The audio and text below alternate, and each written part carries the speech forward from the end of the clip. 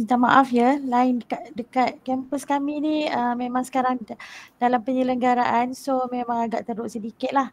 Okey, sebelum saya mula. Okey, sekarang jelas. Dah jelas dah. Okey, tadi memang saya pun tengah cari-cari connection yang mana yang boleh. Minta maaf ya cikgu. Boleh saya tahu sebelum saya mula, boleh saya tahu tak ada berapa sekolah semua dekat PPD Kuala Nerus ya? Sekolah menengah, sekolah rendah.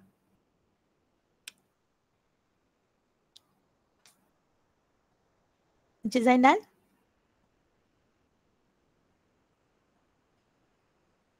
Boleh dengar suara saya tak? Sekolah rendah 29 puan, sekolah menengah ada 15 termasuk KV jadi 16. Okey, 1 KV ya. Okey, terima kasih. Okey, so yang lain semua Encik Zainal sudah ni kan terangkan tadi kan. So saya akan share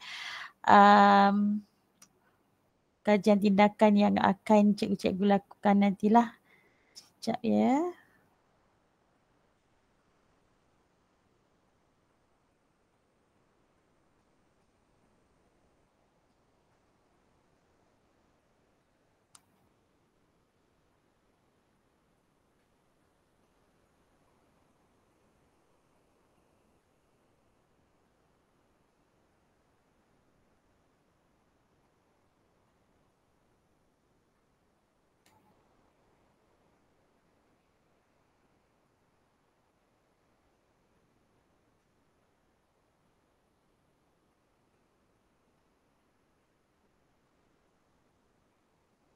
Okey, boleh nampak tak saya punya slide?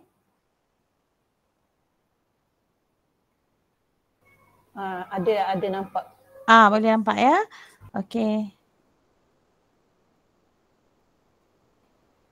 Okay, so basically cikgu-cikgu nanti akan buat kajian tindakan versi EPRD. EPRD ni adalah ada nampak lagi slide-nya. Ya, nampak tak? Tak nampak? Tak ada lagi. Nampak. Tak nampak. Boleh nampak? Tak nampak. Tak nampak ya? Tak ada. Sebab dekat skrin saya ni dah keluar dah. Saya ada gambar ini. Ya.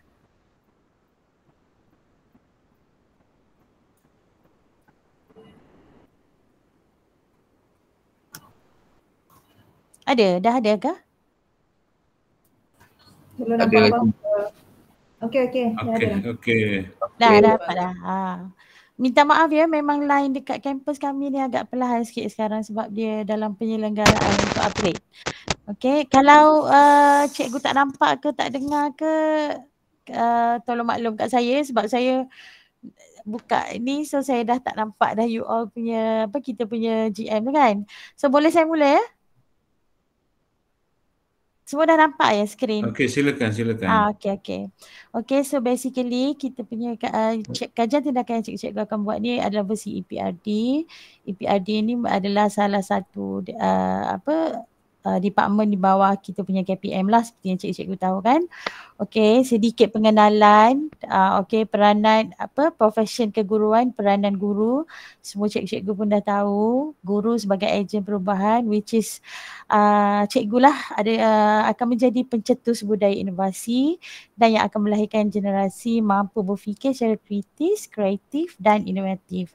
Okey, dan yang kedua membentuk masyarakat selari dengan perkembangan zaman. Okey, disebabkan oleh keperluan zaman kita sekarang ni yang sangat canggih dah. Kita punya education pun dah advance. So disebabkan itu guru-guru pun disarankan untuk mengamalkan pemikiran sebagai penyelidik.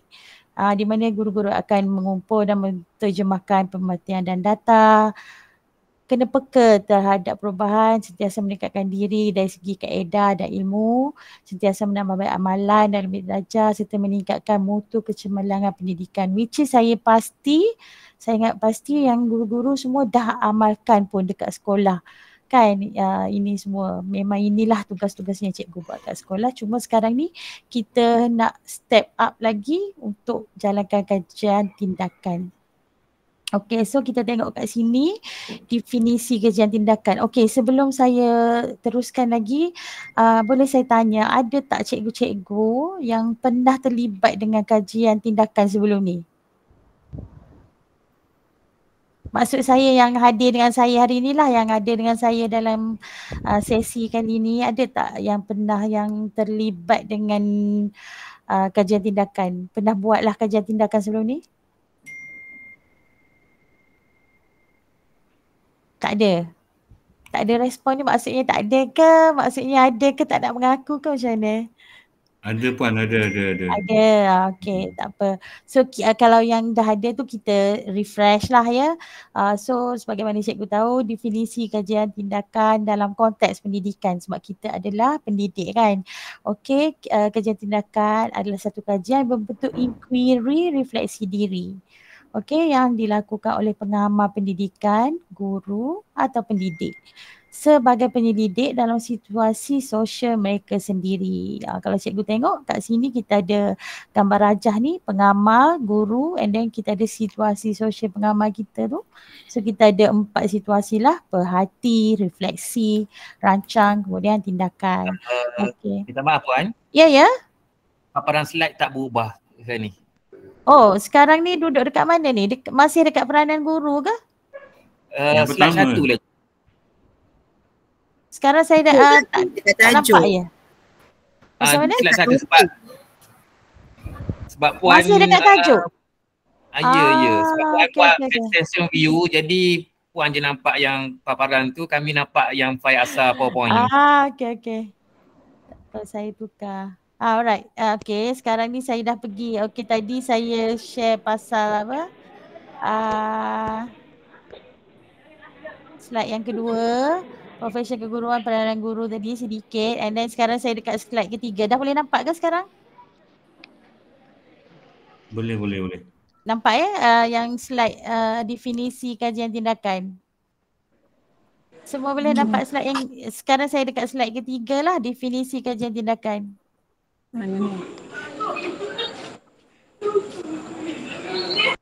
Boleh nampak ya? Kalau dekat saya punya skrin ni memang dah dekat slide yang sini lah. Dah nampak slide 3, cuma dalam paparan PowerPoint lah, bukan paparan presentation view. Sebab saya tadi buat presentation yang cikgu-cikgu cakap tak boleh nampak tadi kan? Buat slide show lah. Tadi saya buat slide show. So bila saya buat slide show, slide tu tak bergerak kat tempat cikgu-cikgu. So macam mana saya boleh buat ni? Sebab biasa pun memang ada sebab saya pun kalau saya buat kelas GM pun memang kami akan macam ni lah. Sebab kalau saya buat slide show tu dia saya punya viewer tak boleh nampak. So boleh ya macam ni?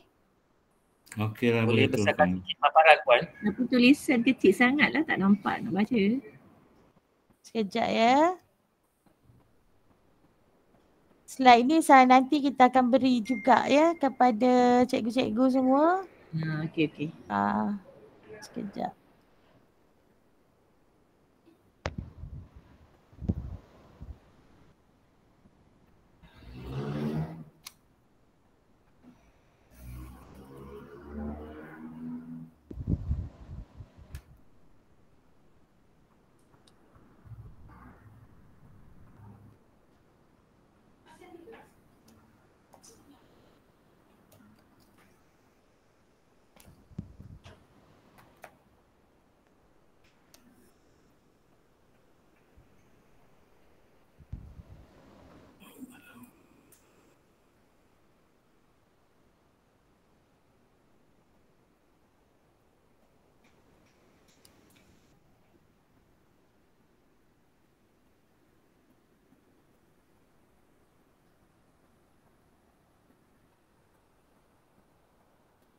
Cikgu boleh nampak ke saya punya slide definisi kajian tindakan?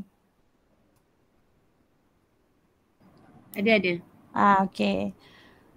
So saya sambunglah tadi. Okey. So kalau cikgu tengok kat sini ada juga dia bagi grafik kat sini kan, guru sebagai pengamal and then the situation yang cikgu-cikgu ada kat sekolah lah. Maksudnya sebagai pemerhati, refleksi, rancang dan tindakan intervensi. And then sebagai penyelidik, guru melaksanakan tindakan praktik intervensi bertujuan untuk membaiki atau meningkatkan kualiti amalan masing-masing. Maknanya whatever yang cikgu buat tu adalah untuk meningkatkan cikgu punya professionalism jugalah. Okey, bagi meningkatkan kefahaman mereka tentang amalan itu, situasi di mana amalan itu dilakukan. Okey. Kajian tindakan ni sebenarnya melibatkan proses memerhati, membuat refleksi, merancang dan melaksanakan tindakan seperti yang cikgu tengok kat sini lah, situasi sosial pengamal tu. And then amalan apa yang dibuat adalah kita boleh tambah baik, tingkatkan kualiti dan juga tingkatkan kefahaman. Okey, ini basically dia punya definisi lah. Okey, so kita akan tengok next slide. Okey, boleh nampak tak? Sebab saya buat slide show ni dekat tempat saya ni. Bergerak tak slide tu kat tempat cikgu-cikgu? Minta maaf Puan. Puan sekali Puan share PowerPoint. Jadi apabila Puan buat slide show kami tak nampak. Kami hanya nampak PowerPoint saja. Itulah saya buat slide show tadi. Saya buat apa yang biasa tadi, ada yang suruh saya sekejap saya adjust balik. Ada yang suruh kalau share saya screen mungkin kami boleh nampak kot kalau share screen. Sekarang ni Puan share apps je. Okey sekejap Saya pun tak berapa mahir sangat ni. Biasa kat kelas student yang tolong tolong buatkan. Kejap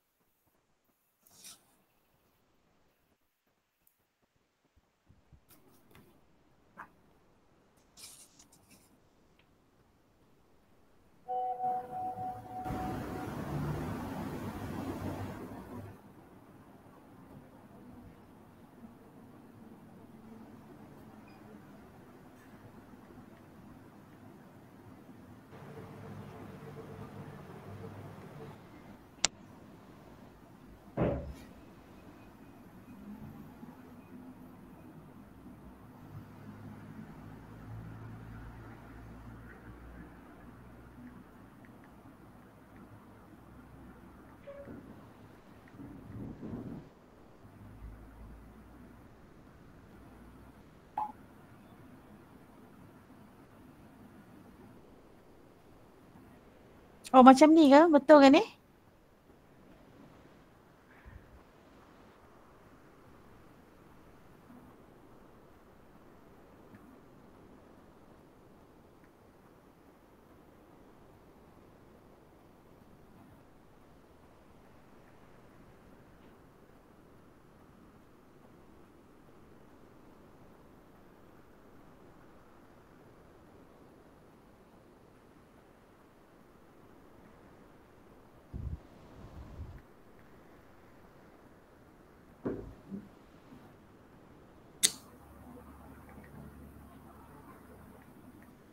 Macam mana saya nak share? Ada siapa-siapa boleh bagi share dekat saya tak?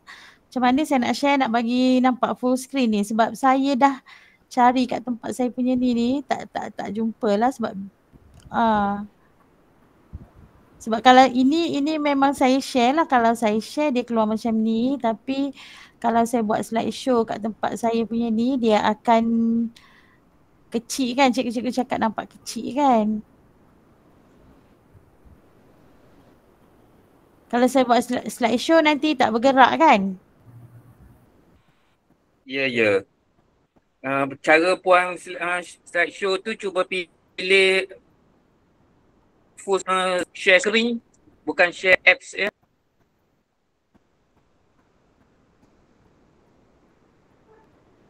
Okey, sekarang ni bila saya buka tempat share tu, saya ada Chrome tab which is kosong dekat window, and then satu lagi entire screen. Tapi entire screen ni kalau saya share akan keluar cikgu-cikgu punya muka dekat Google Meet ni. Saya macam mana saya nak ambilkan dia? Yang buka PowerPoint tu, PowerPoint tu dia akan bertukar lah. Okay, bila saya share kat sini, okay. So maksudnya saya buka PowerPoint baru akan buka. Okay, faham. Oh macam tu, betul. Okay, saya cuba So sekarang nampak dekat definisi kajian tindakan, betul? Ya. Okay, cuba betul, saya nampak bergerak. Okay, boleh nampak tak next screen? Jelas Puan. Okay. Boleh.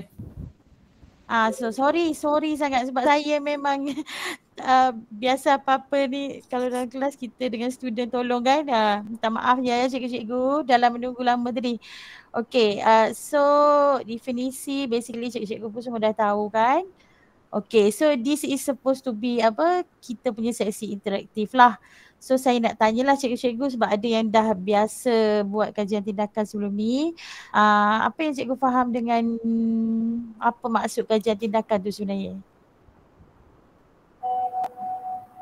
Ada siapa-siapa boleh share?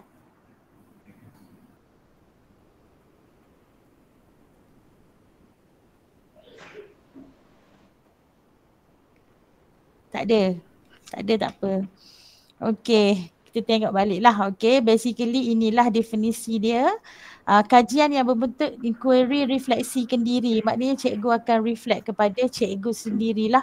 Maknanya situasi cikgu dalam kelas apa semua. So daripada situasi dalam kelas tu, cikgu ada problem ke, so cikgu akan come out with satu intervensi untuk overcome cikgu punya masalah tu. Okay. Untuk nampak jelas kita tengok okay, ini jenis kajian. Okay, untuk nampak jelas tentang kajian tindakan ni sebenarnya kita akan tengok selepas ini beza antara kajian tindakan dengan kajian penyelidikan. Sebab kita biasa dengan kajian penyelidikan ya. Okay, tapi sebelum tu kita tengok dulu jenis kajian tindakan. Dia ada dua jenis kalau kita tengok kat sini. Satu amalan dan satu lagi penyertaan. Seperti yang cikgu-cikgu nampak kat sini, kajian tindakan amalan melibatkan peninjauan tentang amalan guru dalam konteks bilik darjah di mana guru itu mengajar. Maknanya ini adalah berlaku sewaktu PDP lah. Kajian tindakan amalan boleh dijalankan sama ada melalui diri sendiri ataupun melibatkan rakan sejawat yang mengajar mata pelajaran yang sama. Kalau dengan rakan kita buat as team based inquiry lah, dengan memberi fokus terhadap perkembangan guru dan pembelajaran murid. Maksudnya kajian tindakan cikgu tu bukan hanya untuk kemenjadian murid tapi adalah juga untuk perkembangan cikgu sendiri, untuk improvement daripada cikgu punya professionalism. Okay. Guru yang menjalankan kajian tindakan amalan ini mesti melaksanakan satu pelan tindakan bagi mencapai matlamat beliau sebagai seorang guru, di mana kat sini cikgu akan jadi researcher lah sebagai penyelidik. Okay, beza dia dengan yang kajian tindakan penyertaan ini adalah kajian tindakan penyertaan melibatkan kajian tentang isu-isu sosial yang menghalang perkembangan murid. Okay, maksudnya cikgu perlu meninjau latar belakang sosial murid dan persekitaran sekolah. Saya rasa kalau sebenarnya yang penyertaan ini dia more kepada psychological aspect lah.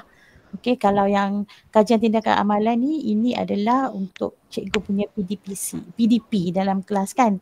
Kalau yang penyertaan ni dia more kepada psychological aspect. Maknanya latar belakang murid, sosial dia, persekitaran sekolah. Jadi so untuk sebab itu kalau cikgu buat kajian tindakan yang penyertaan ni, guru-guru perlu mengadakan kolaborasi lah dengan komuniti atau pihak berkepentingan bagi mencari sebab mengapa seseorang murid itu tidak boleh menguasai ilmu. Jadi mungkin kita boleh berhubung dengan ibu bapa ke ataupun rakan-rakan, jiran tetangga ke. Maksudnya dia aspek luar lah daripada bilik darjah.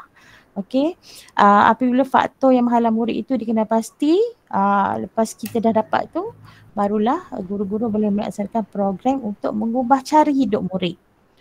Okey, itu beza dia antara kajian tindakan amalan dengan kajian tindakan penyertaan. Maksudnya, tapi kalau macam untuk PPD Kuala Nerus ni tema adalah sains dan matematik kan. So maksudnya maksudnya kajian nanti basically kajian tindakan amalan lah, maknanya apa yang cikgu buat di dalam bilik rajah lah sebab ia berkait dengan mata pelajaran sains dan matematik. Okey. Okey, sesi interaktif ni sebenarnya saya nak respon dengan cikgu lah. Okey, apakah perbezaan utama antara kajian tindakan amalan dengan kajian tindakan penyertaan? Okey, ada siapa-siapa nak respon ke?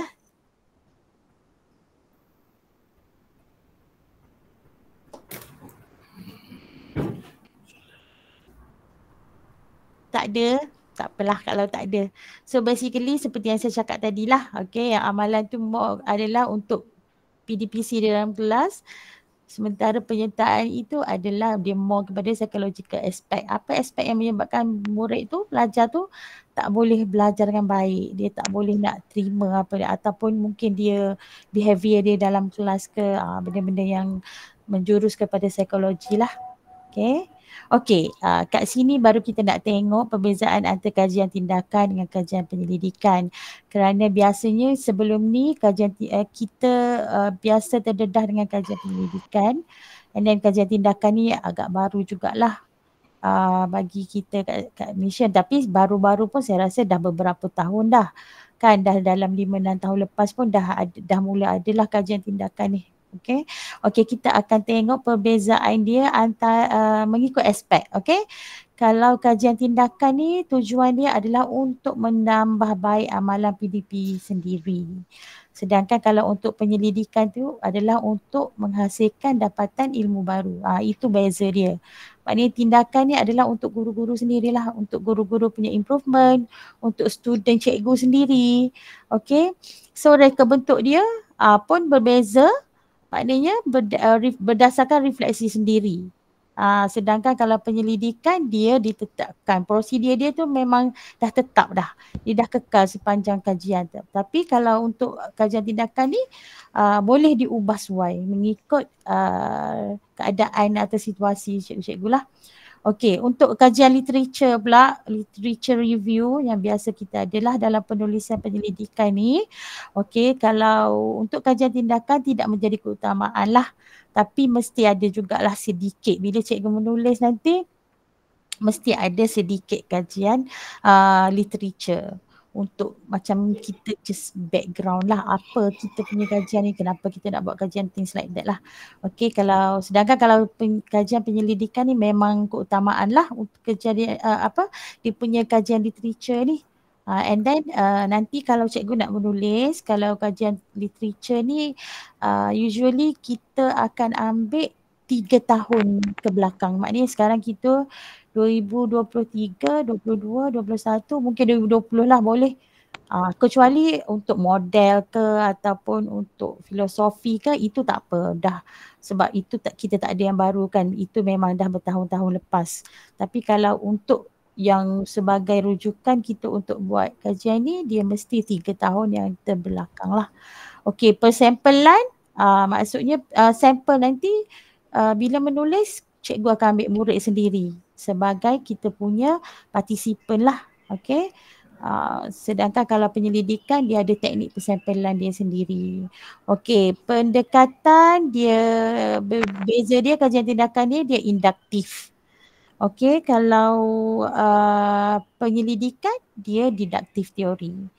Okey, maksudnya kat sini kalau induktif ni dia daripada refleksi rancang intervensi. Sedangkan kalau kajian penyelidikan dia more kepada teori kepada rancang intervensi.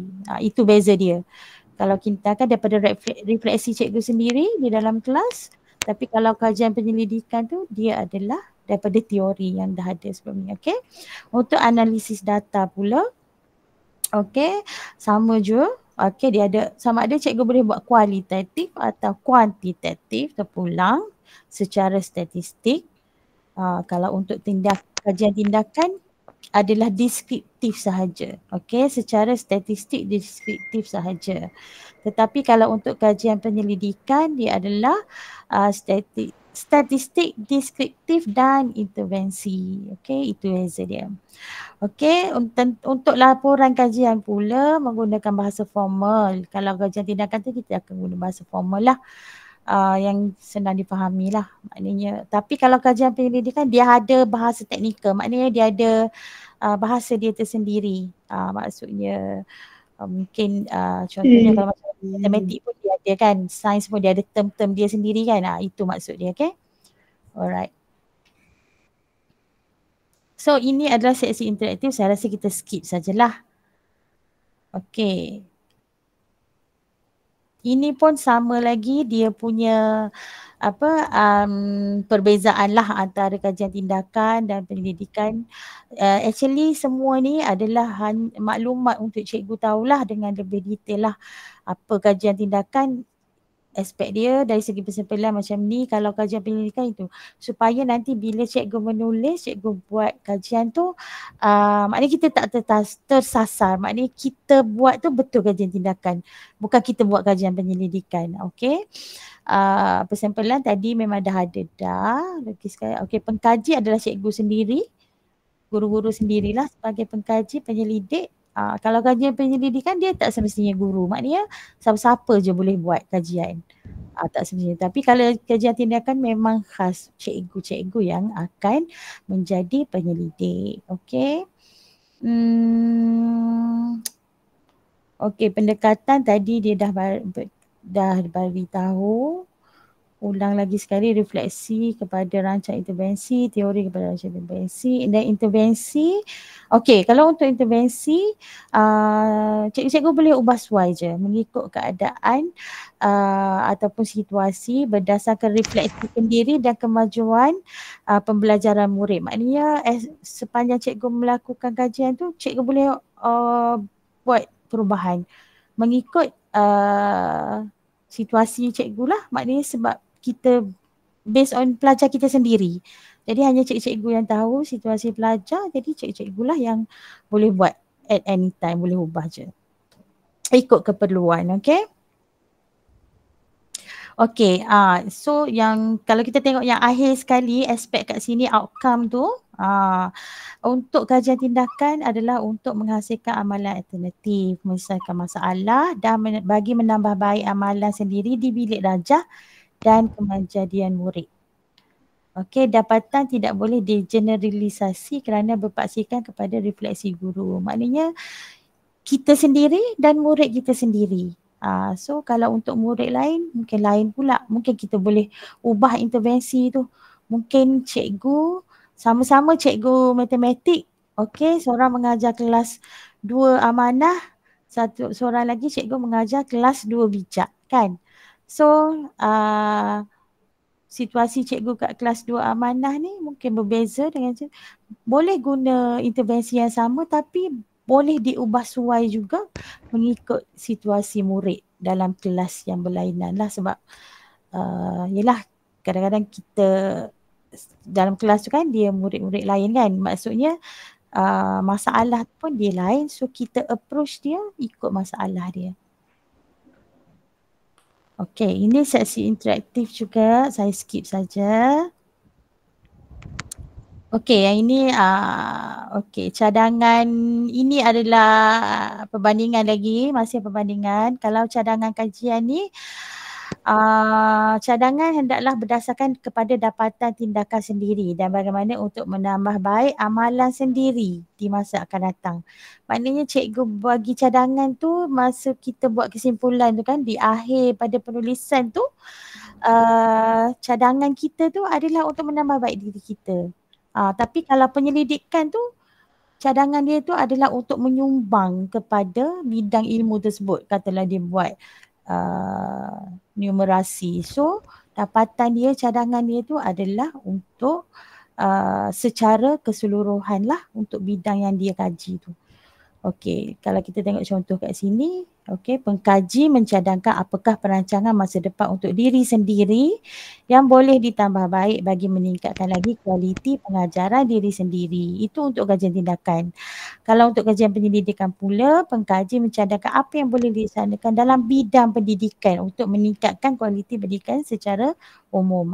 Itu yang maksud saya tadi. Maknanya kalau untuk kajian tindakan ni, cadangan dia ada untuk general. Tapi kalau untuk kajian penyelidikan. Kalau untuk kajian tindakan ni adalah memang untuk cikgu sendiri, untuk cikgu punya improvement dan juga untuk belajar cikgu sendiri juga. Okay. Okay, ini sesi interaktif. Saya skip. Okay, itu saja setakat yang saya dah share tadi. Ada soalan tak? Tapi nanti saya akan bagi slide ni juga kepada pegawai BPD lah. Pegawai BPD akan bagi kepada cikgu-cikgu ya. Ada nak tanya apa-apa ke sebelum saya tunjuk model kajian tindakan? Saya rasa very straightforward kan, sangat senang, and then apa yang cikgu hanya perlu fokus adalah kepada kajian tindakan saja. Tapi slide yang kami dapat daripada EPRD ni adalah ada kajian tindakan dan kajian penyelidikan, sebenarnya adalah untuk bagi cikgu lagi faham lah beza antara kajian tindakan dengan kajian pendidikan yang sebelum-sebelum ni yang kita tahulah. Okay. Okey, kat ini adalah proses kajian tindakan daripada pemerhatian, refleksi, rancang, tindakan. Okey, ini adalah model oleh Chemist and McTaggart. Okey, nama model ni adalah Chemist and McTaggart.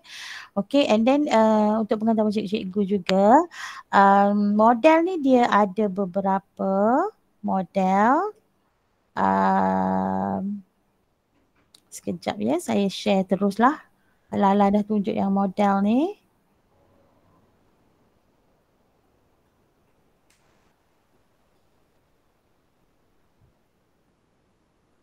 Okey, boleh nampak ya cikgu? Ini yang tadi kan, model Chemist and McTaggart pada tahun 1988 lah.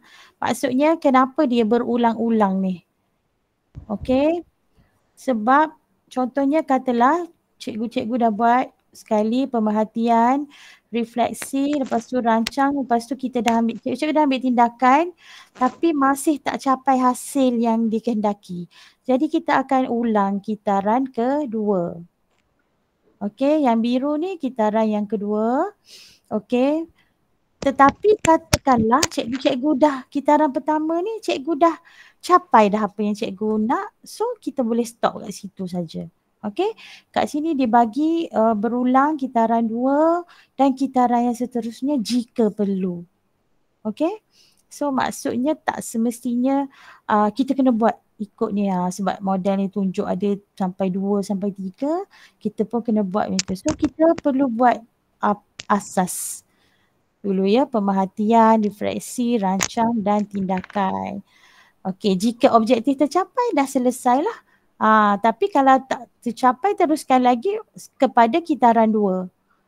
Kalau tak capai lagi terus lagi kepada kitaran 3. Okey, ini adalah contoh model kajian tindakan yang cikgu boleh guna nanti. Salah satunya.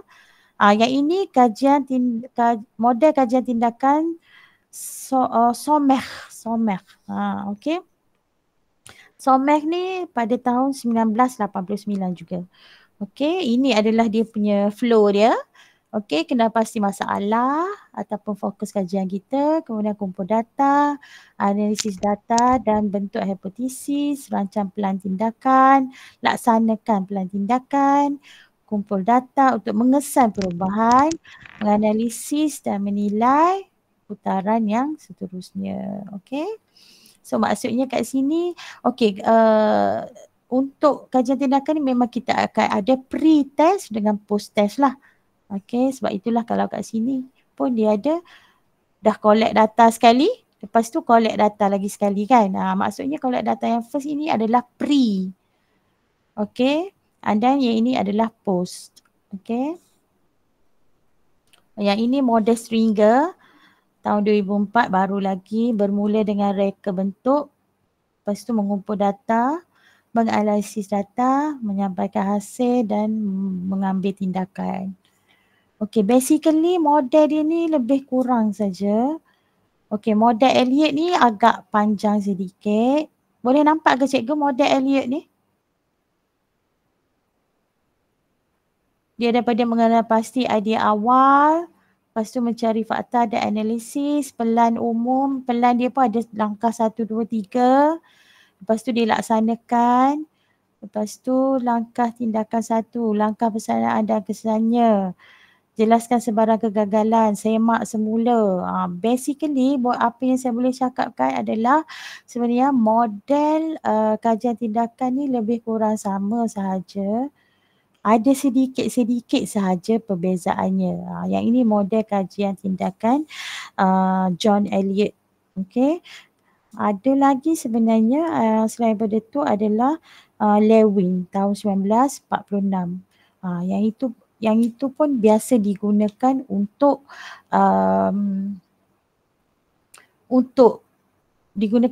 buat kajian tindakan lah. Okay.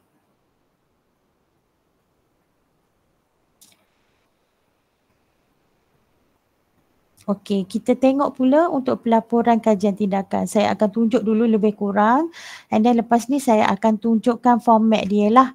Okey, nanti yang hadir dengan saya hari ni adalah guru penolong kanan dan juga ketua bidang dan ketua panitia, ya? Betul? Ya.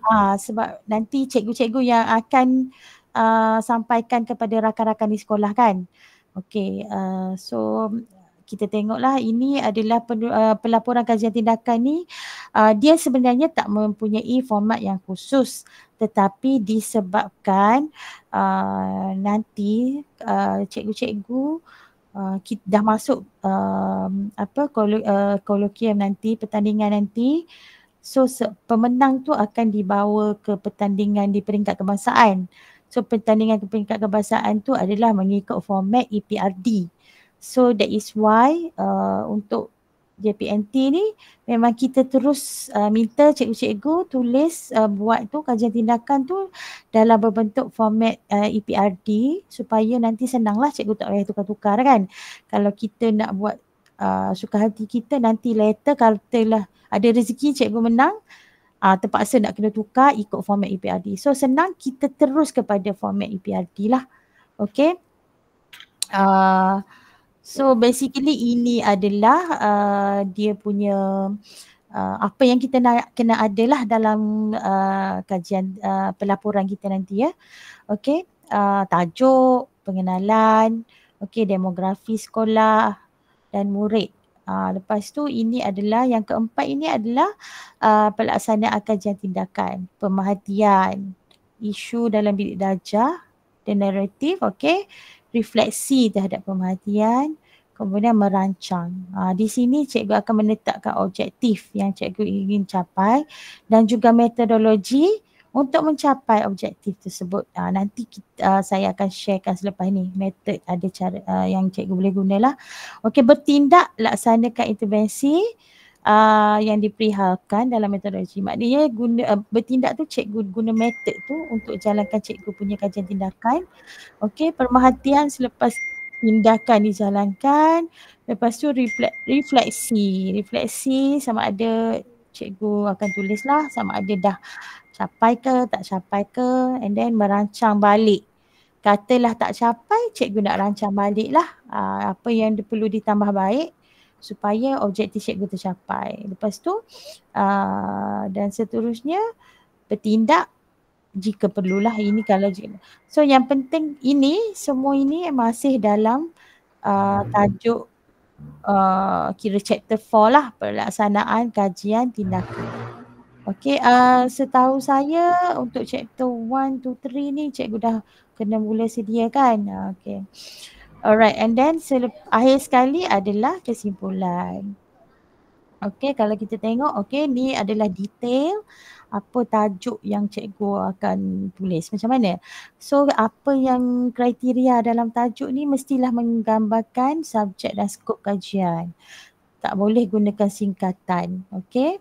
Dan mesti gunakan perkataan yang boleh menimbulkan positive impression dan menarik minat pembaca. Gunakan istilah terkini dalam bidang yang dikaji. Okay, kalau cikgu tengok kat sini ada contoh-contoh tajuk. Okay, teacher actions to facilitate early algebraic reasoning. Improving first year mathematics teaching through making connection and action research approach. So maksudnya tajuk ni dia mesti ada subjek dan juga skop kajian cikgu. Kalau kita tengok yang B ni, okay, siapa dia nak siapa kita cikgu punya klien yang cikgu nak buat kajian tu, okay. First year mathematics teaching, okay. Melalui apa? Making connection and action research approach. So maksudnya apa yang cikgu nak kaji tu mesti ada dalam tajuk tu lah. And then kalau boleh tajuk yang agak menarik lah, yang terkini lah. Okay. Okay, untuk demografi sekolah pula. Demografi sekolah tu dia duduk di chapter 3 lah. Okay. Pengenalan ni ini adalah sebenarnya kajian literature lah, literature review. Okay. So untuk demografi kita tengok detail dia. Nyatakan latar belakang sekolah untuk memberi gambaran kepada pembaca tentang situasi di sekolah. Maknanya cikgu akan buat di sekolah cikgu, so kena cerita tentang sekolah lah. So boleh masukkan maklumat seperti sinilah, lokasi, bilangan guru, bidik darjah, enrollment, kebitaraan sekolah, infrastruktur, maklumat penting, utama dan penting. Maknanya chapter 3 ni memang maklumat tentang sekolah dan juga murid. So boleh ambil nanti nak menulis nanti boleh ambil poin-poin yang ada kat sini lah.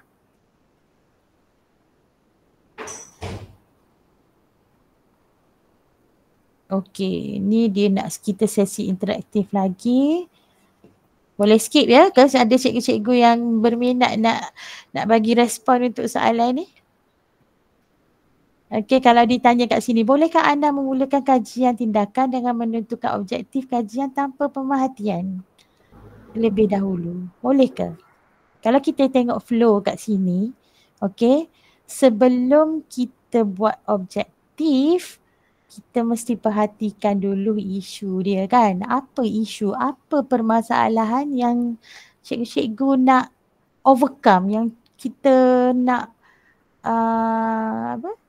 untuk kita jadikan sebagai, okay, kita nak bantu pelajar ni. Pelajar yang bermasalah ni, ada masalah dalam pembelajaran ni, untuk supaya dia pun boleh maju macam kawan-kawan dia juga. Boleh sama serta tanding dengan kawan-kawan dia. Jadi maksudnya sebelum kita buat objektif, kita mesti kena buat pemerhatian dululah. Barulah kita boleh tahu apa masalah dan kita boleh tetapkan objektif kita. Okey, bolehkah menentukan objektif tanpa refleksi? Kenapa kita, kalau ya tak boleh, kenapa? Kalau tak pun kenapa? Okey, sebenarnya kita kena buat refleksi dulu. Lepas kita perhati, kita buat refleksi. Lepas tu barulah kita boleh teruskan dengan objektif. Kalau kita terus objektif nanti takut nanti tak mencapai dengan apa masalah tu sebenarnya. That's why kita kena perhati dulu. Kita kena buat refleksi dulu apa masalah ni. Perhati dulu apa masalah, buat refleksi dulu apa masalah dia, barulah kita boleh come up dengan objektif kita. Kajian kita, tindakan kita ni, kita nak capai apa? Apa yang kita nak capai dalam kajian ni? Siapa, pelajar mana yang kita nak bantu? Kenapa kita nak bantu dia kan? Okay, and then untuk objektif tu, nanti bila cikgu menulis, objektif tu adalah untuk kemenjadian murid dan juga mesti ada satu untuk peningkatan profesionalism cikgu lah sendiri. Maknanya katalah cikgu ada 3 objektif untuk kajian tindakan tu, 2 tu adalah untuk kemenjadian murid dan 1 tu mesti untuk peningkatan profesionalism cikgu sendiri. Okey, kalau kita tengok kat sini panduan pelaksanaan. Okey, merancang berdasarkan refleksi lah, rancang apa yang perlu dilakukan. Lepas tu barulah tetapkan objektif. Lepas tu barulah tetapkan metodologi yang bersesuaian. Okey. Semasa melaksanakan tindakan tu, okey, contoh intervensi lah kat sini, projek, perbahasan, pementasan, ABM, kaunseling, motivasi. Saya pasti cikgu-cikgu dah biasa buat kan. Cuma mungkin sebelum ni cikgu tak buat dalam bentuk kajian tindakan lah. Cikgu just buat dalam kelas sebagai aktiviti PDP biasa. So kali ni cikgu akan buat intervensi ni untuk kajian tindakan lah. Okay, and then kat sini juga kita ada contoh metodologi pengumpulan data. Ini ada ujian, cikgu boleh buat ujian. Kat sini tadi yang saya cakap ada pre-test, post-test, okay. Rakaman, soal selidik, temu bual, dokumen. Tapi kalau kajian tindakan ni memang kita kena ada pre and post-test lah. Sebab apa? Supaya kita tahulah apa beza dia. Sebelum kita buat intervensi, hasilnya macam ni. Selepas kita dah buat intervensi, hasil dia of course akan jadi lebih baik. Kalau tak jadi lebih baik, itu yang jadi putaran model tadi kan, ada beberapa putaran. Okay? Okay, apakah asas kepada perancangan kajian tindakan? Apakah input? Yang penting yang tadilah sebenarnya intervensi dan juga metodologi. Okey.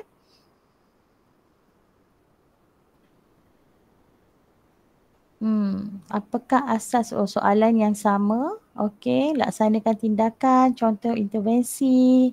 Ini saya dah explain tadi. Okey, kita tengok kat sini panduan penulisan pengenalan. Okey. Macam mana nak tulis pengenalan? First, cikgu kena perkenalkan dululah konsep atau fokus bagi tajuk secara umum ataupun mengikut situasi semasa. Lepas tu kena nyatakan kepentingan, konsep atau fokus yang dinyatakan dalam tajuk lah. Kenapa penting untuk cikgu buat ni. Okay. And then cabaran umum bagi pelaksanaan ataupun pencapaian konsep fokus yang terkandung dalam tajuk cikgu tu. Apa cabaran dia? Apa dia punya challenge dia yang cikgu nak nanti akan overcome nanti, okay? And then yang seterusnya adalah impak atau perubahan. Jika cabaran boleh diatasi dan kaitan dengan hasrat yang diharapkan dalam kajian tindakan anda. Maksudnya, okay, kalau kita tengok kat sini contoh pemupukan kemahiran berfikir aras tinggi dalam pembelajaran algebra. Okay, kalau kita tengok kat sini, so mula-mula tu dia perkenalkan konsep, lepas tu dia nyatakan apa kepentingan konsep yang ataupun fokus cikgu tu, apa keseluruhannya, apa cabaran, and then lepas tu akhir sekali adalah impak kepada apa yang cikgu nak buat. Okey, dia terus kesimpulan. Kenapa dia terus kesimpulan? Sebab yang di tengah-tengah itu adalah cikgu punya proses pemerhatian, refleksi, kemudian tindakan cikgu. Okey, itu di tengah-tengahnya adalah proses untuk cikgu jalankan semasa kajian tindakan. And so that's why kita terus kepada kesimpulan. Okey, kesimpulan bila cikgu tulis kesimpulan tu A dengan B tu nyatakan keberkesanan intervensi yang cikgu dah laksanakan tu, satu lagi nyatakan cabaran ataupun kekangan. Itu adalah dapatan kajian. Maknanya sepanjang cikgu melaksanakan kajian tindakan tu, apa keberkesanan dia dan apakah kekangan ataupun cabaran yang cikgu hadapi. Okey, itu first kali yang kita kena ditulis untuk kesimpulan. Okey. Untuk C dengan D tu berdasarkan refleksi nyatakan faktor utama menyebabkan kejayaan refleksi anda. Dan D berdasarkan refleksi juga nyatakan faktor utama yang menyebabkan masalah. Okey, so maksudnya next selepas cikgu nyatakan kajian dapatan kajian tu, nyatakan juga apakah faktor yang menyebabkan cikgu berjaya ataupun cikgu tak berjaya. Usually kita akan berjaya lah, insyaAllah lah.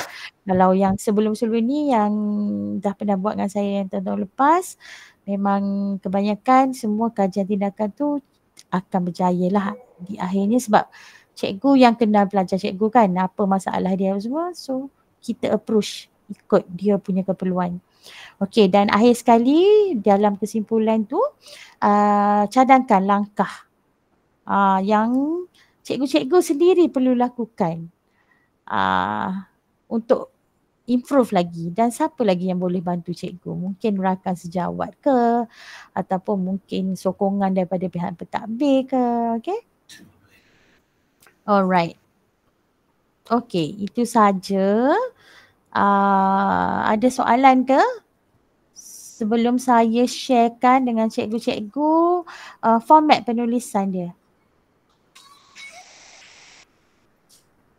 Ada soalan ke cikgu-cikgu? Assalamualaikum. Ya, waalaikumsalam. Saya nak tanya, saya Cikgu Suzy dari SMK Batu Rakit Cornerus. Untuk kajian tindakan ni, adakah kajian ni boleh dilakukan secara individu ataupun by group?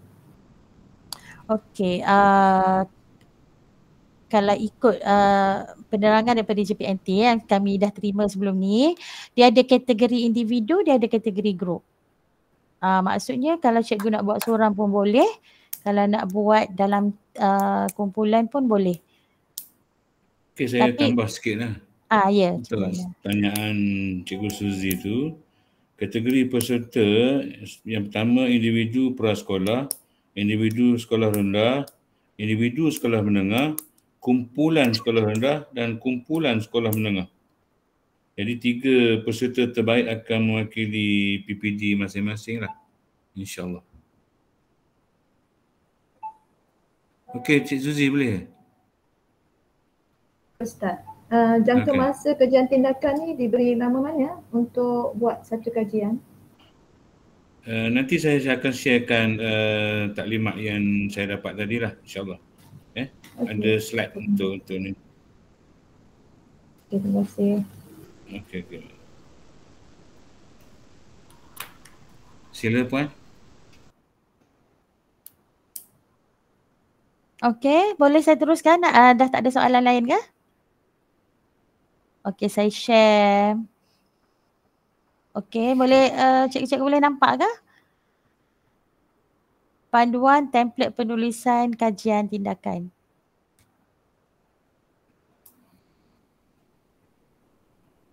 Okey.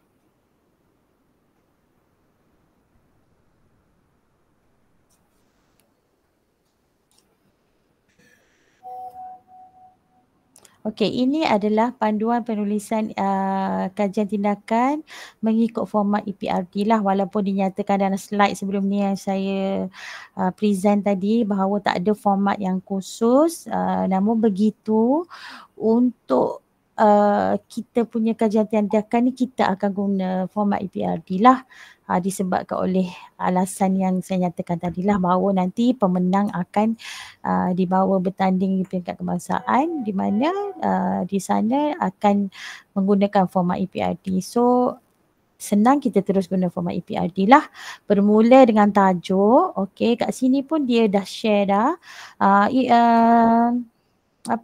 Semua yang saya present hari ni, yang saya share dengan cikgu ni, saya akan bagi soft copy kepada urus setia kat PPD lah, Cik Zainal, untuk di-share dengan cikgu-cikgu nanti ya. Okey, so kat sini cikgu-cikgu boleh tengok lah kalau untuk tajuk, area, size 14, kena bold, kena uppercase dan kena centered. Okey, lepas tu seterusnya nama penulis, format juga yang berlainan pula lah, saiz 10. So kita nanti bila cikgu menulis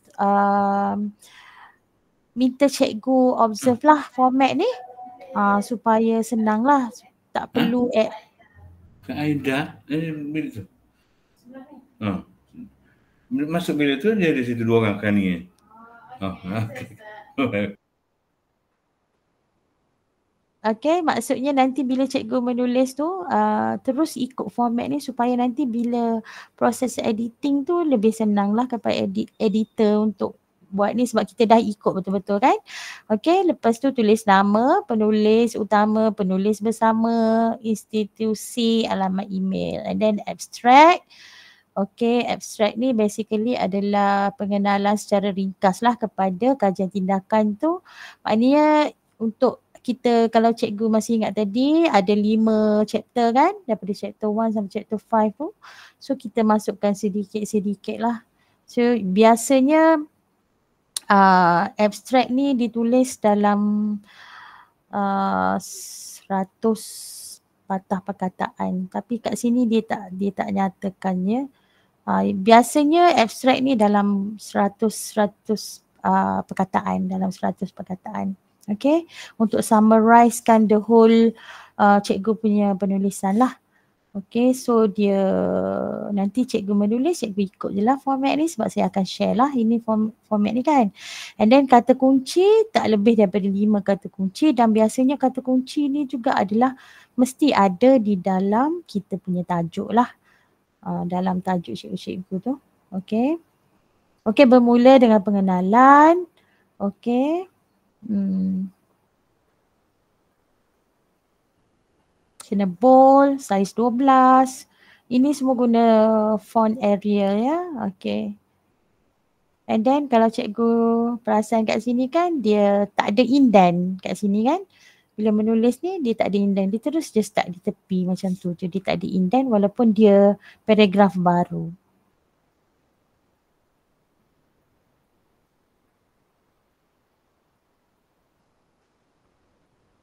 Ini maksud saya kan.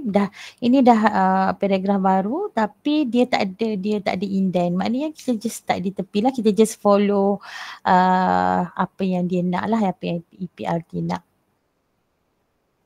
Okay, ini contoh penulisan pengenalan.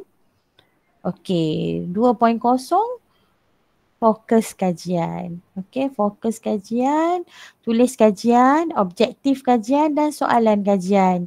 Okay, sangat senang sebenarnya bila cikgu nak menulis ni sebab format ni dia dah lengkap dah. Dia dah nyatakan, okay, dekat sini apa yang cikgu kena, maklumat apa yang cikgu kena nyatakan. Dekat chapter 1 tadi, maklumat apa yang cikgu kena masukkan. Dekat chapter 2 ni, maklumat apa yang cikgu kena masukkan. So, dah senang, dah tak payah nak fikir-fikir lagi yang ni nak tak mana-mana kan, sebab dia dah nyatakan dah. Okay. Kalau cikgu ada anak nanti, bukan ada anak ni, maksudnya ada 2.1, bolehlah letak 2.1 tu, maknanya ada subtopik, subtopik.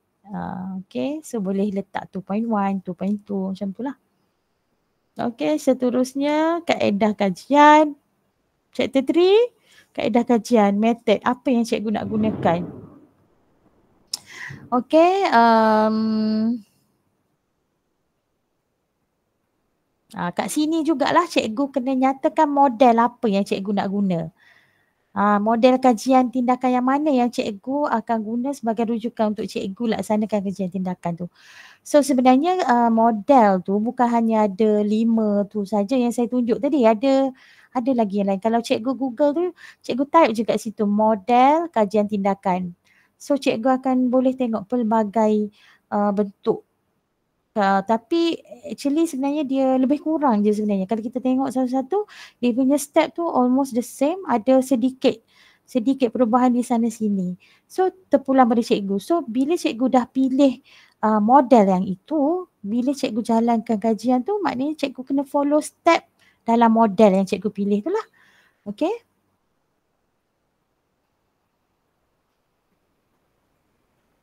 Okay, yang ini dia gunakan model Stringer. So maksudnya dekat chapter 3 tu cikgu nyatakan method cikgu, apa model cikgu, and then cara cikgu nak collect data tadi kan, apa intervensi cikgu, apa cara cikgu nak collect data, apa semua kena nyatakan kat chapter 3 lah. Okay, seterusnya chapter 4, perancangan.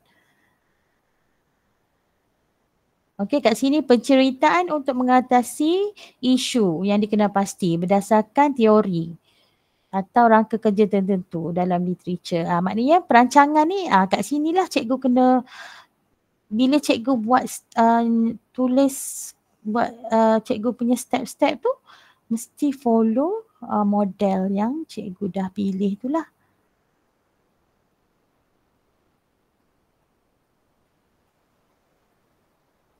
Ini adalah contoh.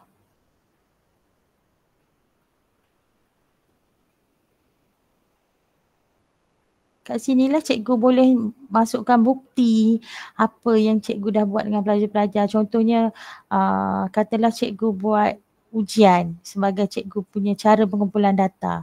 Cikgu boleh masukkan gambar pre-test. Lepas tu nyatakanlah step dia mengikut model tu. Lepas tu post-test hasil dia selepas tu. Boleh masukkan kat sinilah dekat chapter 4 ni.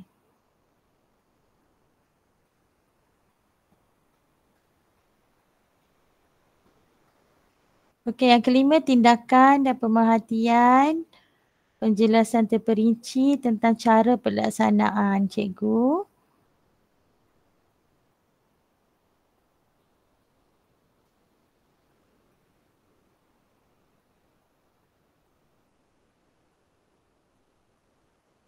Dapatan kajian.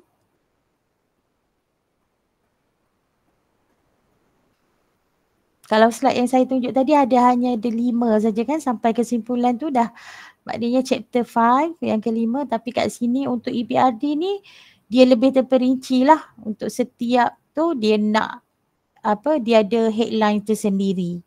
Okay. Kat sini cikgu akan berbincang menulis tentang dapatan cikgu lah, hasil daripada cikgu punya intervensi tu. Dan akhir sekali barulah rumusan dan implikasi, ya. Penerangan secara ringkas dan impaknya kepada amalan yang sedia ada. Lepas tu cadangan kepada kajian yang akan datang untuk diri sendirilah. Cadangan tu adalah untuk diri sendiri dan juga pelajar sendiri. Okey, ini adalah contoh penulisan rumusan dan dapat kesimpulan tadi. Dan akhir sekali, rujukan. 8.0 adalah rujukan. Menggunakan APA edisi 7 yang terkini lah. Okay. Di sini dinyatakan bahawa minimum rujukan adalah sebanyak 7 dan tiada jumlah maksimum. Maknanya cikgu mesti ada 7 rujukan. Biasanya rujukan ni modal yang kita guna tu dah jadi satu rujukan. Okay. Lepas tu masa cikgu menulis literature review tu pun dah ada kat situ pun boleh usually memang akan ada banyak rujukan. Begitu juga dengan pengenalan. Apa saja cikgu yang cikgu tulis, ada sokongan daripada mana-mana kajian yang terdahulu, cikgu boleh masukkan sebagai rujukan. So mesti kena ada 7 rujukan minimal lah. Okay, kalau buku dia ada format dia, cara menulis lah juga mengikut APA 7 lah yang terkini, 7th edition. Okey, kalau rujukan buku, ini cara kita nak tulis rujukan dia. Kalau rujukan daripada artikel dalam buku, macam ni. So cikgu boleh tengok nantilah. Yang ini rujukan artikel dalam jurnal. Yang D ni rujukan proceeding. E, kalau ada rujukan daripada internet pun boleh masukkan juga. So apa-apa saja rujukan yang cikgu gunakan. Okay. Alright. So basically itu sajalah perkongsian daripada saya pada hari ini. Ada apa-apa soalan ke cikgu-cikgu semua? Semua senyap je, saya bercakap takut juga ni, bercakap seorang ke? Tengah fokus. Tengah fokus, okay. So ada soalan ke? Ataupun mungkin cikgu nak tengok dulu, go through dulu slide ke yang saya dah share tadi, apa semua. Lepas tu kalau ada soalan later baru nak tanya ke, macam mana? Saya okey je mana-mana. Betul-betul dululah Puan. Sebab baru dapat 20% gambaran kan.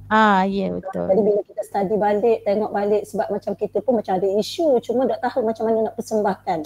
Jadi bila kita bagi hari ni tu, kita baru dapat gambaran macam mana nak, apa tu makna boleh kita dokumentasikan benda tu untuk jadikan satu kajian tindakan kan. Ya betul. Jadi sambil dengar sambil berfikir, sambil dengar sambil berfikir. Jadi banyak yang Puan bagi hari ni. Saya macam baru nampak macam mana apa tu untuk kita declare satu kajian tindakan untuk murid-murid kita yang kita sebelum ni kita banyak sebenarnya inovasi pada murid-murid kita, cuma kita tak persembahkan saja dalam bentuk kajian. Sayang dah cikgu. Sayang sebenarnya. Jadi sebenarnya kalau dengan apa yang Puan tunjuk tadi tu sebenarnya tak cukup untuk saya ni yang bagi saya tadi tu saya baru nampak 20%. Tak cukup lah untuk hasilkan satu kajian tindakan yang baik tu saya rasa. Tapi insyaAllah lah kita study dulu apa yang Puan bagi tadi tu, kemudian apa-apa nanti kita mungkin boleh minta nombor phone Puan untuk kontak untuk dapat bimbingan selanjutnya lah. Boleh, insyaAllah, tak ada masalah. Itulah, saya pun saya rasa perkongsian ni sangat ilmiah dan banyak kena berfikir. Maknanya kita tengok mungkin ada dah cikgu yang ada pengalaman sebelum ni, mungkin dia orang lagi clear lah. Maknanya apa yang saya cakap tu mungkin semua dia orang dah tahu kan. Tapi kalau yang baru first time ni mungkin sebenarnya cikgu dah buat pun kat sekolah, cuma tak didokumentasikan sebagai kajian tindakan kan. So lepas ni sebab usually memang kat sekolah-sekolah memang kita akan ada isu, ada masalah kan. And then later kalau cikgu nak buat pun cikgu tak perlu ambil macam satu whole class untuk jadikan sebagai cikgu punya kajian tu. Just fokus kepada 5 pelajar yang betul-betul ada masalah isu tu. Contohnya belum dapat, contohnya saya bagi contoh matematik lah, belum dapat menghafal sifir lah contohnya kan. So apa cara cikgu nak bantu pelajar ni? Tak perlu ambil ramai pelajar pun, tak perlu satu kelas pun. Maknanya kajian tindakan ni memang kita akan fokus kepada pelajar yang betul-betul bermasalah. Kalau pelajar tu bermasalah, kita ambil dia sebagai kita punya peserta kajian. Ambil dalam 5 orang pun saya rasa pun dah cukup dah, sebab nanti kalau tapi terpulang pada cikgu, tapi biasanya kita akan advisekan dalam 5 orang, sebab nanti bila cikgu nak menulis tu kan, nak tulis hasil dapatan cikgu punya step-step tu. Kalau buat ramai, banyak, makin panjang lah cikgu kena buat kan. Maknanya sekarang ni cikgu betul-betul fokus kepada pelajar yang betul-betul bermasalah dengan yang itu. Apa yang whatever yang cikgu nak buat tu. So kita pick that particular student. Ambil yang itu saja, kita betul-betul macam bukanlah polish, tapi kita buat untuk dia lah dulu. Kita just try untuk dia dulu. So kalau later lepas dah berjaya tu barulah buat yang lain. Tapi itu dah boleh jadi kajian yang seterusnya kan. Maknanya untuk kajian tindakan kali ni ambil 5 peserta, 5 pelajar je yang bermasalah, buat. So kita tengok hasil dia macam mana. Faham. Sebab saya punya student ni unik sikit. Dia tidak dapat menguasai TP1, tapi dia boleh menguasai TP2 dengan perancangan saya buat. Okay. Sebab dia orang ni dia kurang mahir membaca, jadi TP1 dia orang tak boleh menguasai. Tapi untuk kemahiran menambah, menolak, mendarab, dia orang laju. Sebab itu TP2 yang berkaitan dengan nombor dia orang boleh buat dengan bantuan-bantuan ABM yang kita guna lah. Tapi untuk TP1 membaca, menulis dalam perkataan tu dia orang tak dapat buat lah, sebab dia orang tak boleh membaca. Maksudnya mereka tu ada masalah literasi lah juga kan. Maknanya numerasi dia tu dah boleh dah. Ya, numerasi dia boleh, literasi dia tak boleh. Jadi bila dalam matematik TP1 dia tak boleh menguasai, tapi TP2 dia boleh menguasai. Okey. Agak canggih tu. Ya, betul. Tu jadi saya rasa memang istimewa tu.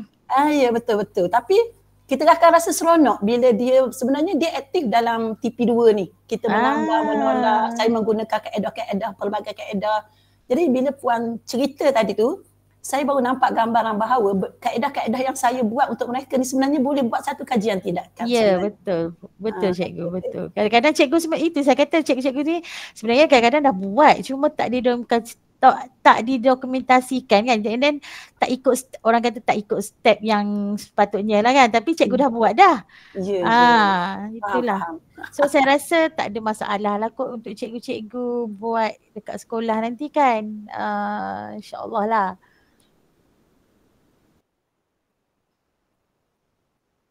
Okey, ada apa-apa ke? Sebab kalau tak ada soalan apa dah, saya dah tak ada apa-apa lah. Mungkin saya akan serah balik kepada Cik Zainal lah. Okey, Assalamualaikum. Terima kasih kepada Puan Syahidah dan juga terima kasih juga kepada guru-guru PKP yang ketua bidang yang hadir seminar pada pagi ini. Jadi yang pertama saya minta kepada semua yang hadir catatkan kehadiran dalam QR code dan juga untuk kehadiran SPM, KPM. Saya melihat tadi ada maksimum kehadiran seramai 114 orang.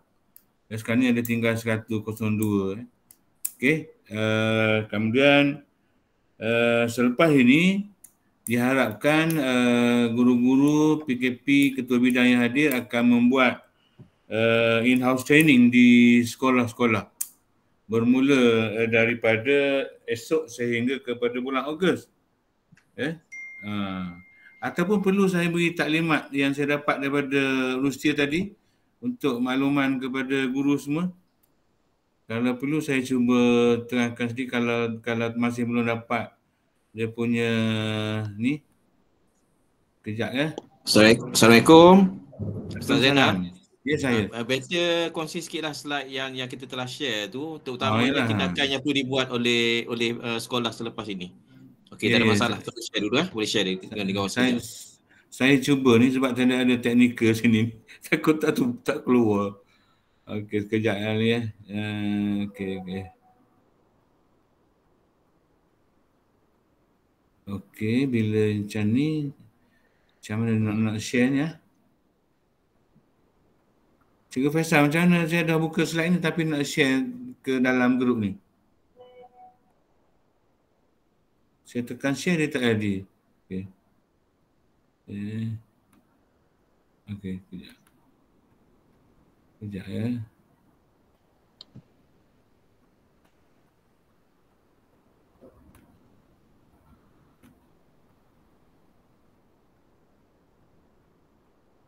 Okey, dia keluar tak? Okey, sekejap ya.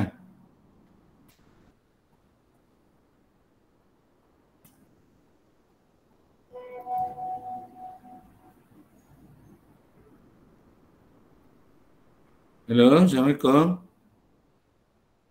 Boleh nampak dah saya punya slide ni? Tak nampak. Dia nampak slide ramai. Oh, itulah. Saya pun di sini tulis dah stop sharing ni tapi saya dah buat ni. Saya nak tekan mana tau ni. Cikgu Faisal tolong bantu saya. Cikgu Faisal ada kan? Hello, Cikgu Faisal. Okey. Nanti saya share tak Zainal. Okey. Okey, kalau boleh Cikgu Faisal teruslah kot ke macam mana. Cuba.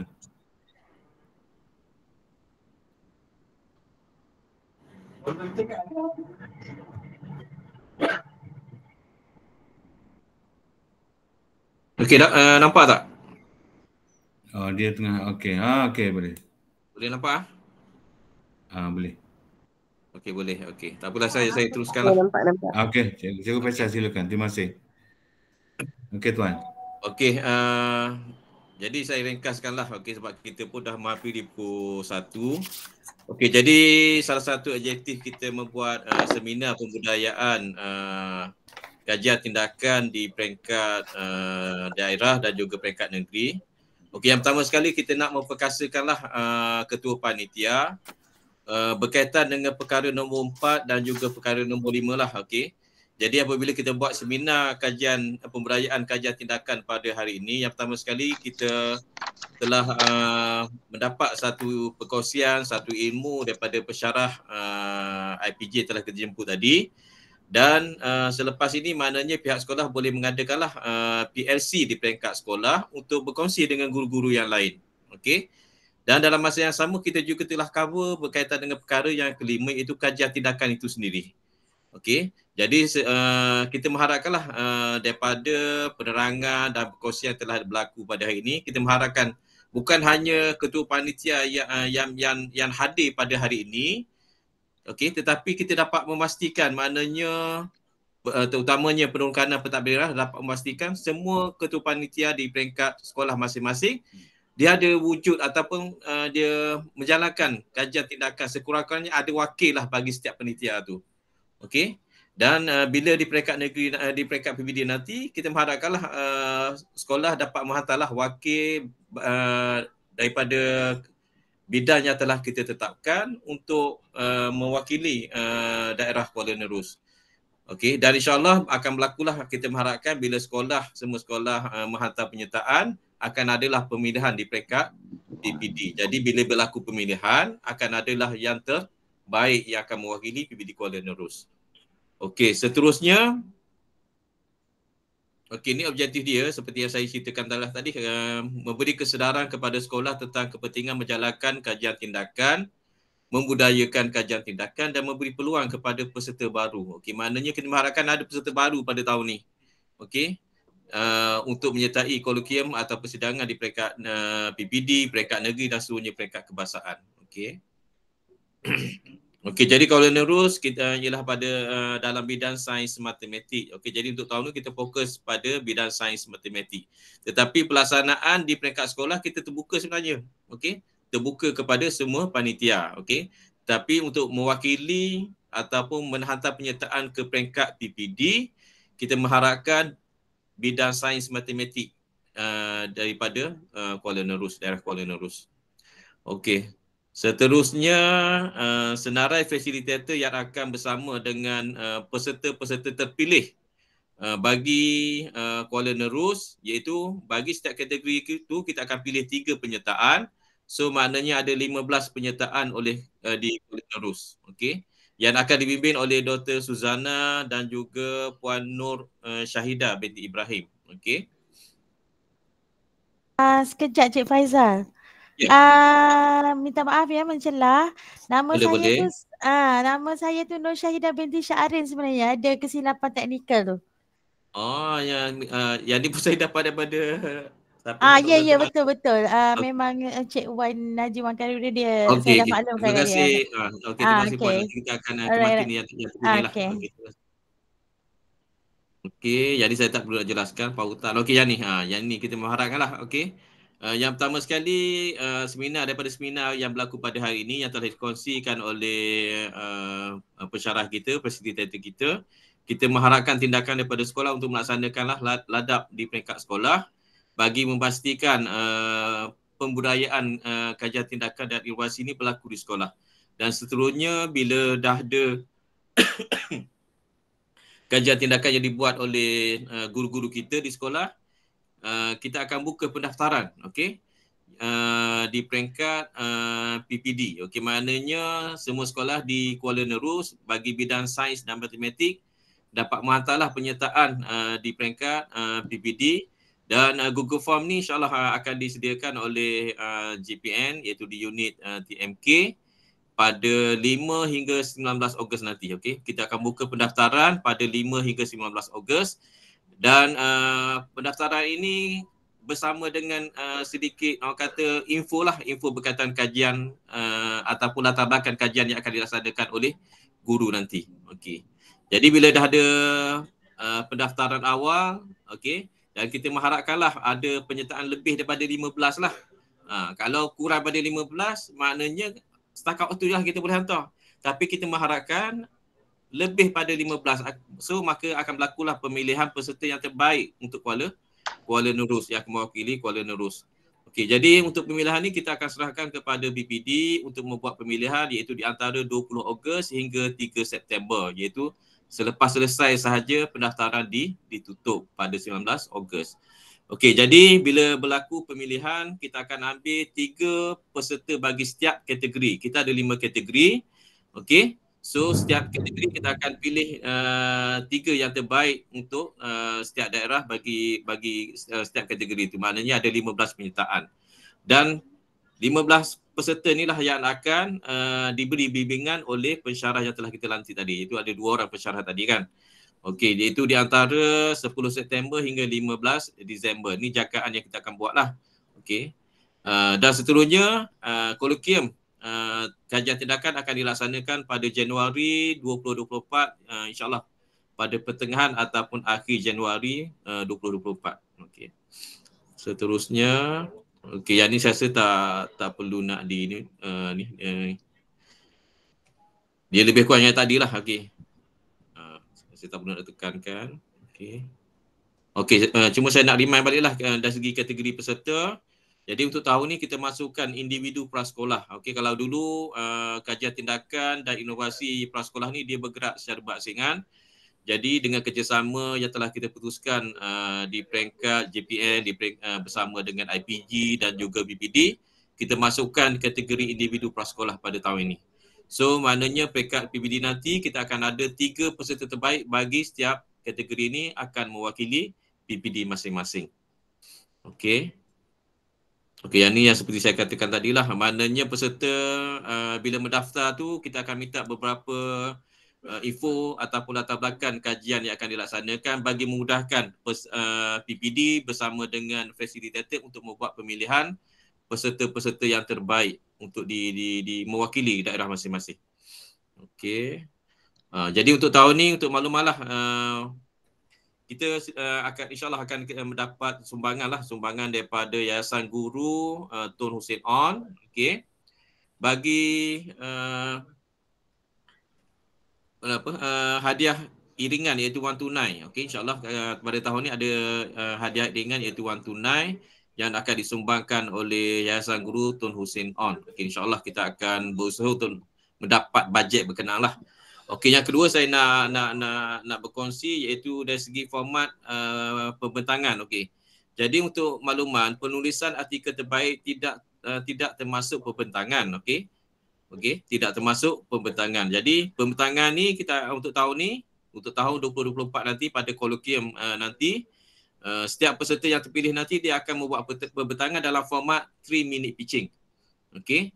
Jadi kategori pemenang kita akan buat pada dalam dua kategori, iaitu penulisan artikel terbaik dan yang kedua inovasi terbaik. Okey, jadi inovasi terbaik ni kita akan tambah dengan markah 3-minute pitching. Okey.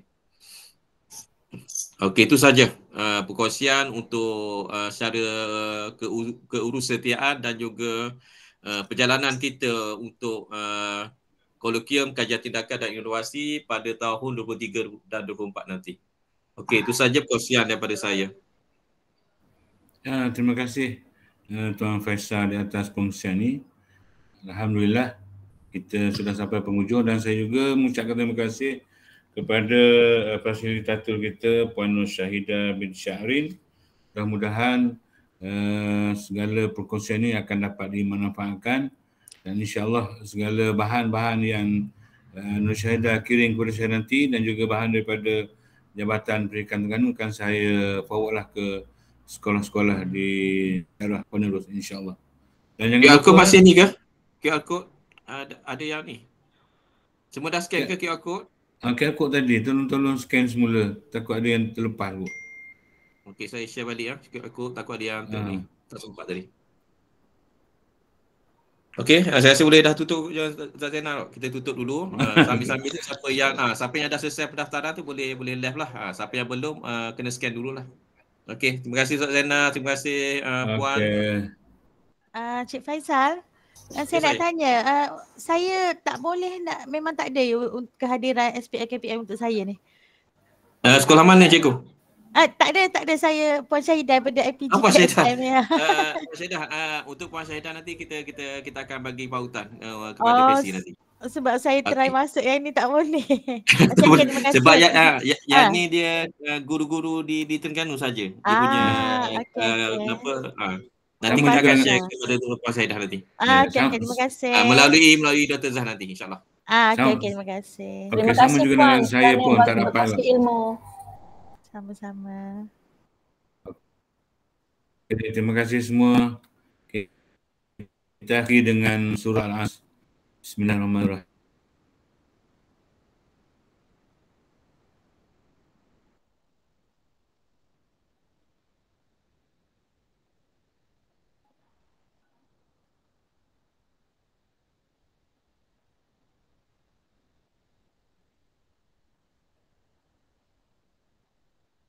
وعملوا الصالحات وتواصوا بالحق وتواصوا بالصبر.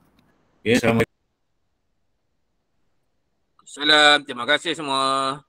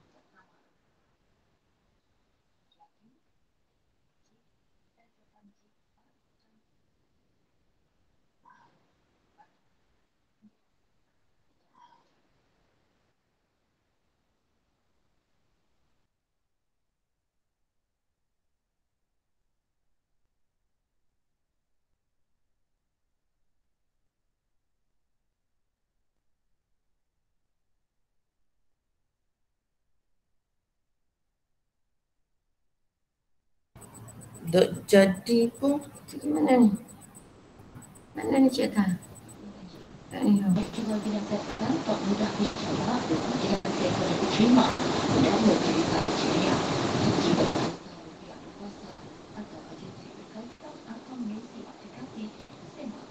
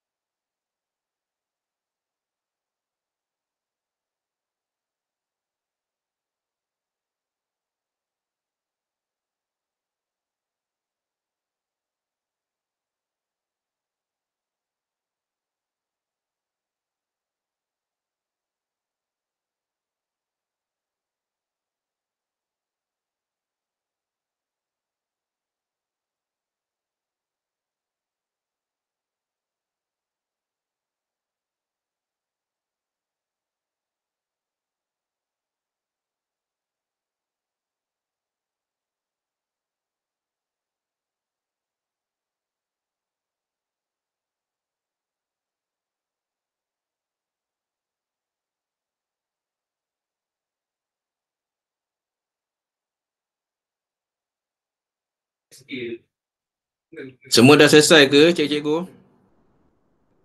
Pendaftaran dalam SPL KPM. Kalau dah selesai saya nak tamatkan GM ni. Ya, saya minta maaf saya tak dapat pun lagi. Tak boleh scan lagi? Dah scan dah tapi okey saya cuba masukkan dalam mungkin telefon saya ada masalah. So saya masukkan dalam laptop ni tapi laptop ni dia tak gerak pun. Tak gerak. Tak gerak pun. Asyik. Boleh check tak? SPL KPM pun pagi ni dia berat sikit. Talian SPL KPM. Boleh tuan check tak? Sebab saya takut